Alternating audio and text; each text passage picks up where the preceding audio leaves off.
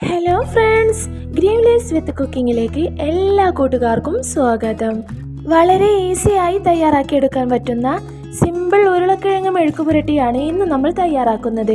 ഇനി ഇതിലേക്ക് ആവശ്യമായ സാധനങ്ങൾ എന്തെല്ലാമെന്ന് നോക്കാം.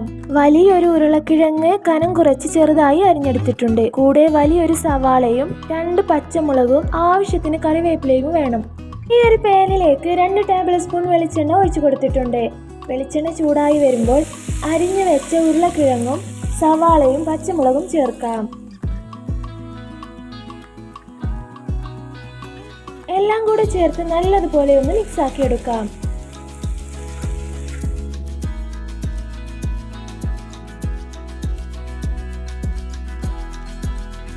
നല്ലതുപോലെ ഒന്ന് മിക്സ് ആക്കി എടുത്തതിന് ശേഷം ഇതുപോലെ ഒന്ന് ഒതുക്കി വെച്ച് മൂടി വെച്ച് വേവിച്ചെടുക്കാം. ഇപ്പോൾ ഉരുളക്കിഴങ്ങും സവാളയും എല്ലാം നല്ലതുപോലെ സോഫ്റ്റ് ആയി വന്നിട്ടുണ്ട്. ഇനി ഇതിലേക്ക് നമുക്ക് മഞ്ഞൾപ്പൊടി ചേർക്കാം. 1/4 ടീസ്പൂൺ മഞ്ഞൾപ്പൊടിയാണ് ചേർക്കുന്നത്. ഇതിലേക്ക് 1/2 ടീസ്പൂൺ കുരുമുളക് പൊടി കൂടി ചേർക്കാം. ഇനി ഇതിലേക്ക് ആവശ്യത്തിന് ഉപ്പും കൂടെ ചേർത്ത് നല്ലതുപോലെ ഒന്ന് മിക്സ് ആക്കി എടുക്കാം.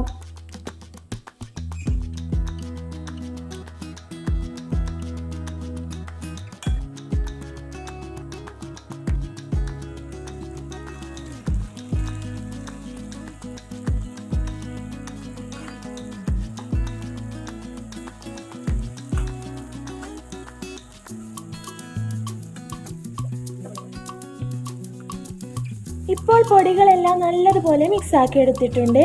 ഇനി നമുക്കിതിലേക്ക് 1 ടീസ്പൂൺ ഇഞ്ചി വെളുത്തുള്ളി പേസ്റ്റ് ചേർക്കാം.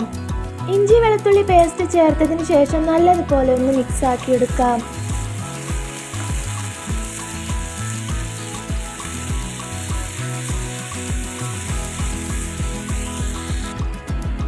ഇഞ്ചി വെളുത്തുള്ളി ചേർത്തതിന് ശേഷം കുറച്ച് സമയം ഒന്ന് അതിൻ്റെ പച്ചമണം മാറുന്നത് വരെ ഒന്ന് വേവിച്ചെടുക്കാം. ലോ ടു മീഡിയം ഫ്ലെയിമിലിട്ടിട്ട് വേണം നമ്മളിത് തയ്യാറാക്കിയെടുക്കാൻ. ഉരുളക്കിഴങ്ങ് മെഴുക്കുപുരട്ടി റെഡി ആയിട്ടുണ്ട്. ഇനി നമുക്ക് ഗ്യാസ് ഓഫ് ചെയ്യാം. ചപ്പാത്തിക്കൊപ്പമോ അല്ലെങ്കിൽ ചോറിൻ്റെ കൂടെയോ സെർവ് ചെയ്യാൻ പറ്റുന്ന ഒരു സിമ്പിൾ ഉരുളക്കിഴങ്ങ് റെസിപ്പിയാണിത്.